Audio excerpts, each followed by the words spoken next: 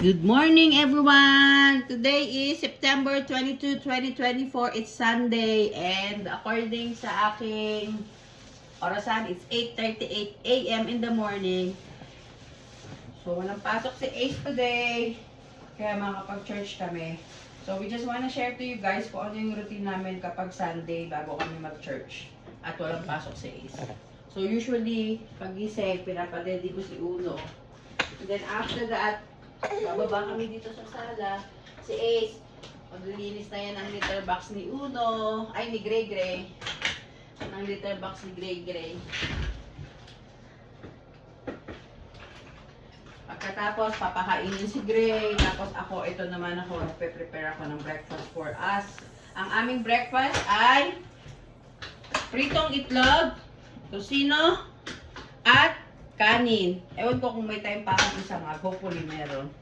So, parang tosilog. Yes. And then after nyan, habang nagluluto ako kasi hindi naman ganun kabilis, pagkatapos niya na is gawin yung dapat niyang gawin para kay Gray. Maliligo na yan siya. Quick shower. Si Uno dito lang yan. Gusto lang niya nang nanonood. Kasi pag nilagay ko yan sa playpen, sisigaw-sigaw yan.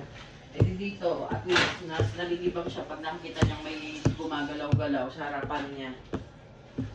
Magpo-quick shower si Ace. After ng quick shower, ready na ang almusal, kakain muna kami. And then after nyan, siya naman ang bawantay muna kay Uno habang naghuhugas din siya ng platong pinagkainan namin. Tapos ako naman ang maliligo. After namin maligo, after kong maligo, asikasuhin ko naman na si Uno, papalitan ko na ng damit ang bebeng namin. Kasi mag-church kami, di ba anak? At alam niyo ba guys, bumili ako ng mga damit ni Uno sa online, sa Carter, sa Oshkosh. Sabi ko hindi ako bibili kasi halos lahat ng mga damit ni Uno halos bigay. Siguro mga binili lang namin na isang damit ni Uno. Isang set lang ng onesies, isang set lang ng ano, yung mga ano. Shout out sa mga kaibigan ko na nagbigay ng mga damit kay Uno. Kay Mara, lalo-lalo na kay Ira, kapag may nalilitan si Kuya Max na mga damit, binibigay niya lagi kay Uno. Thank you! Kay Ate Leia, mga damit ni Liam. Thank you po! Pati kay Tita Rachel. Thank you. Binigyan ni Tita Rachel si Uno ng mga gamit. Alos wala kaming nabiling mga gamit talaga ni Uno, pati mga wipes. Sa mga nagbibigay ng wipes. Kay Tita Kit na every time nagbibigay siya ng wipes once in a while kapag may nakasale, binibigyan niya kami. Thank you Tita Kit. Hanggang ngayon hindi pa kami bumibili ng wipes ni Uno.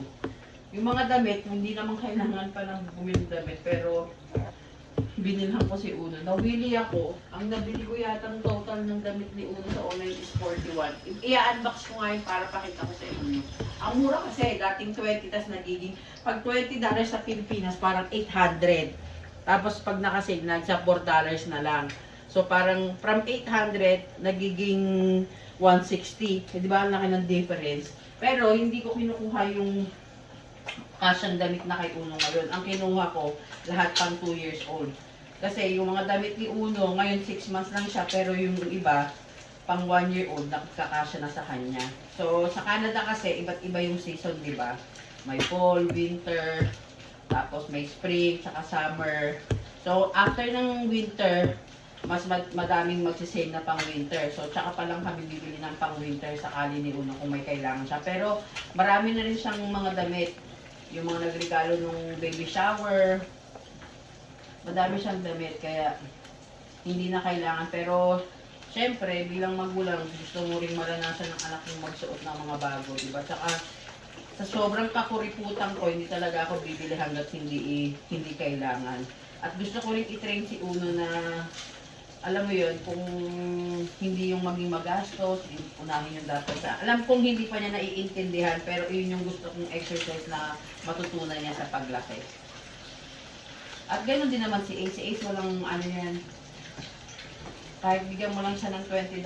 Yun nga lang, pag minsan humihiling sa Ace ng mga gusto niya, mga tools yan ang mga pinag-aabalahan niya ngayon. Yun ang mahal. Pero ayos lang. Kasi minsan lang naman humiling at saka hardworking talaga si Ace. And speaking of Ace, basta may i-share kami sa inyong news about kay Ace. And sa mga taong sumusubaybay sa kwento namin, for sure, basta medyo interesting. Pero kung ano pa man ang nangyayari sa amin, we're still happy kasi we're privileged na nandito kami sa Canada. Tsaka madami na rin news na lumalabas ngayon, di ba? Regarding sa mga tourists, sa mga contract workers, di ba?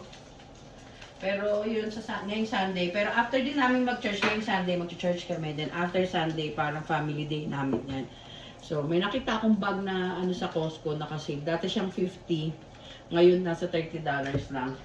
Yung parang siyang crops, silicone na gawa na bag. Gusto ko talaga yun. Kaya pupunta kami mamaya ng Costco. Sana meron pa. Yun.